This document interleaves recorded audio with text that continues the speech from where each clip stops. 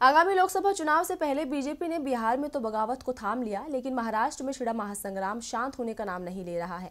जहां एक तरफ सहयोगी शिवसेना जबरदस्त वार कर एनडीए छोड़ने के संकेत दे रही है, तो वहीं अब पार्टी के ही वरिष्ठ नेता ने बड़ा बयान देकर बीजेपी को झटका देने की ओर इशारा किया है।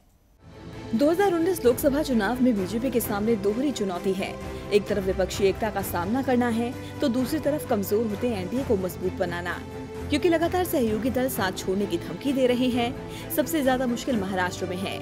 यहाँ शिवसेना प्रमुख उद्धव ठाकरे के तल्ख तेवर कम होने का नाम नहीं ले रहे। पिछले दिनों भी उन्होंने रामराग अलापने के साथ ही राफेल को लेकर पीएम मोदी पर जोरदार हमला बोला था। उन्होंने विपक्ष के सुर में मिलाते हुए चौकीदार को चोर तक बता दिया था। उनका ये हमला एनडीए छोड़ने के साफ संकेत दे रहा है, जिससे बीजेपी बेचैन हो उठी है। इसलिए पार्टी ने अब शिवसेना के मान मनोबल का नया फॉर्मूला निकाला है।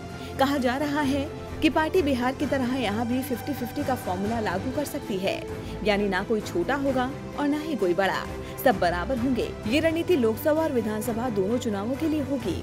हालांकि अभी तक इस फॉर्मूले पर मुहर नहीं लगी है, लेकिन सूत्रों के मुताबिक लोकसभा की 48 और विधानसभा की 288 सीटों का बंटवारा ऐसे ही किया जाएगा। इस फॉर्मूले को शिवसेना को साधने की कोशिश के तौर पर देखा जा रहा है। अब फॉर्मूले से ठाकरे के तेवर शांत होते हैं या नहीं, ये तो कुछ दिनों में साफ हो जाएगा। लेकिन वहीं दूसरी तरफ बीजेपी में भी बगावत शुरू हो गई है। भ्रष्टाचार के आरोप लगने पर फडणवीस मंत्रिमंडल से इस्तीफा देने वाले वरिष्ठ बीजेपी नेता एकनाथ खड़से ने पार्टी छोड़ने के संकेत दिए हैं। उन्होंने कहा है कि किसी भी एक पार्टी का परमानेंट ठप्पा नहीं होता। एकनाथ खड़से का बयान इसीलिए महत्वपूर्ण माना जा रहा है क्योंकि कांग्रेस की तरफ से सार्वजनिक तौर पर उन्हें हाथ थामने का न्यौता मिल चुका है।